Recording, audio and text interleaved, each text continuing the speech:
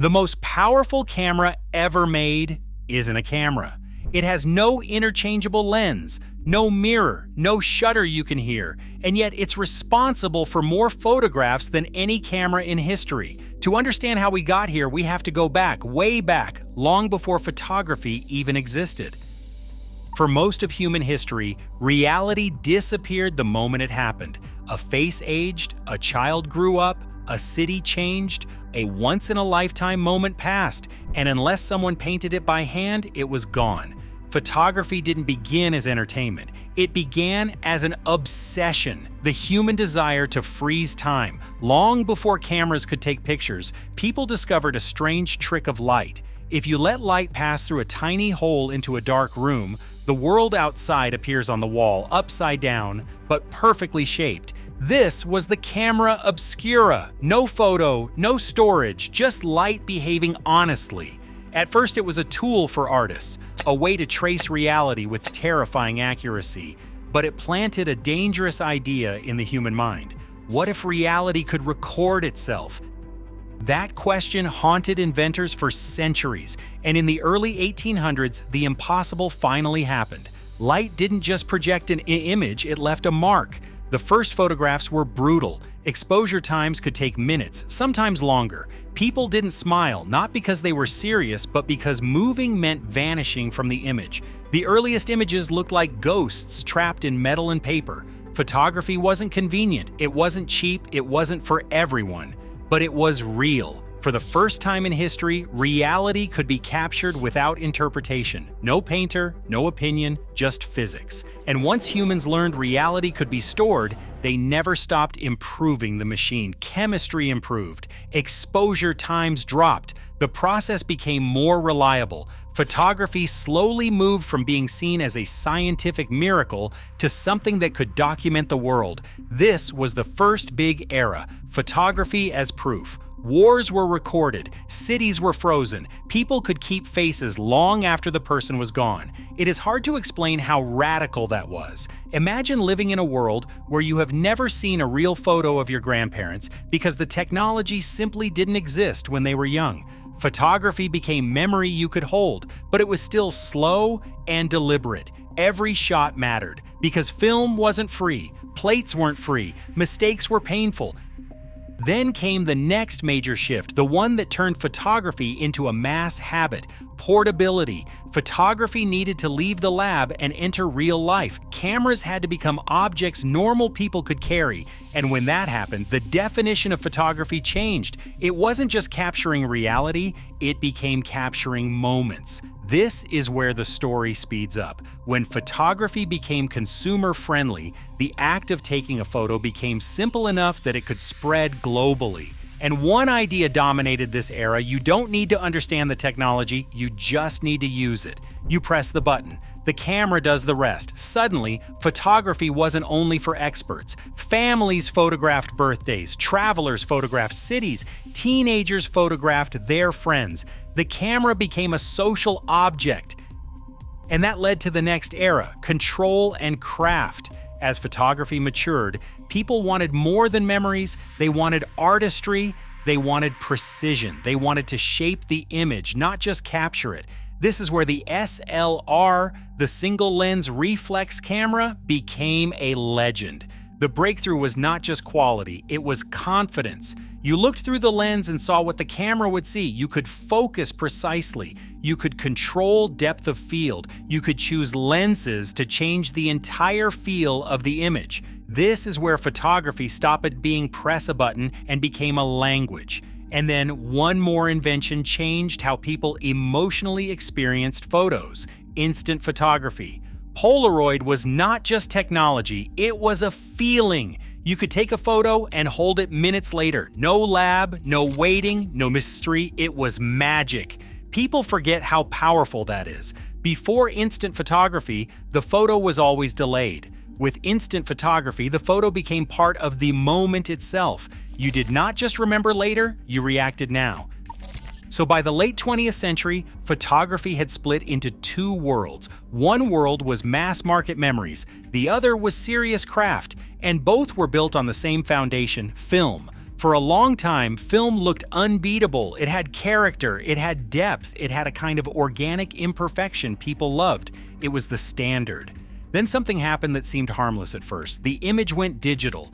Early digital cameras were honestly bad. Low resolution, strange colors, ugly noise, the photos looked flat and cheap. Serious photographers laughed. Why would anyone trade film with its depth and beauty for sterile pixels? But digital photography had one unfair advantage. You could see the photo instantly. No film, no waiting, no lab, no cost per shot. And once you remove the cost of experimenting, people start shooting differently. They take more photos, they try weird angles, they iterate, they learn faster. Digital photography did not just change cameras, it changed human behavior. And then digital cameras started improving quickly. Sensors got better, storage got bigger, screens got sharper, editing moved from chemistry to software. Photography became faster, cheaper, and infinitely repeatable. Then came the era where it all seemed to converge into the perfect tool, the DSLR. Digital single-lens reflex cameras combined the craft of single-lens reflex photography with the speed of digital. Interchangeable lenses, professional control, sharp results, fast autofocus. This was the era where serious photography became accessible to more people than ever. For a while, it felt like we had reached the final form, but underneath the surface, the next evolution had already begun. Because the mirror, the mechanical heart of the DSLR, was starting to look like a relic. Mirrors add size, mirrors add complexity, mirrors add moving parts that can fail, and as sensor and screen technology improved, the mirror became less essential. So the next era arrived with a quiet confidence. Mirrorless cameras removed the mechanical heart of traditional photography. Smaller bodies, fewer moving parts, faster shooting, advanced autofocus, better video. What used to be the future started becoming the default. This is the moment the DSLR era began to fade. DSLR cameras did not die overnight. Too many professionals relied on them, too much gear existed, too many habits were built around them. But the direction was clear, the industry had moved on. And this is where most evolution stories stop. They end at mirrorless, as if the camera industry is the whole universe. But the real story, the one that changed everything, was happening outside the camera world entirely. Because while photographers argued about sensors and mirrors, another device was learning how to see: the smartphone. At first, phone cameras were jokes, grainy, soft, embarrassing, but they improved at a terrifying pace for one simple reason. They weren't just cameras, they were computers with cameras attached.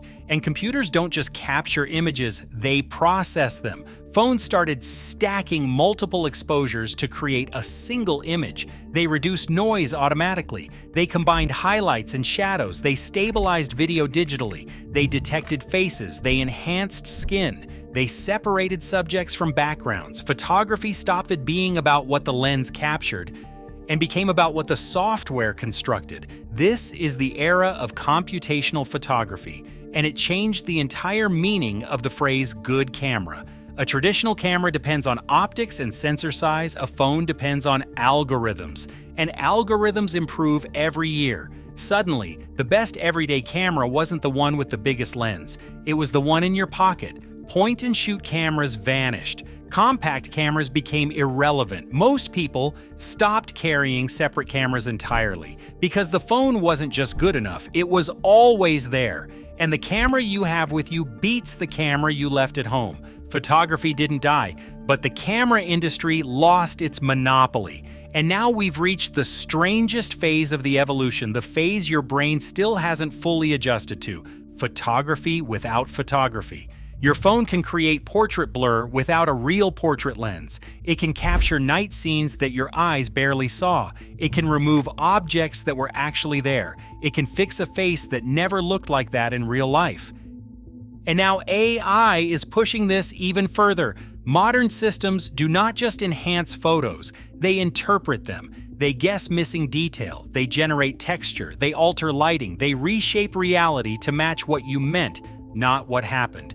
Which raises a question that photography has been slowly walking toward for 2 centuries. Is photography still about truth, or is it about the most convincing story? Because when software becomes the camera, the image becomes flexible, the moment becomes editable, reality becomes a starting point. And that brings us back to the opening line. The most powerful camera ever made is not a camera.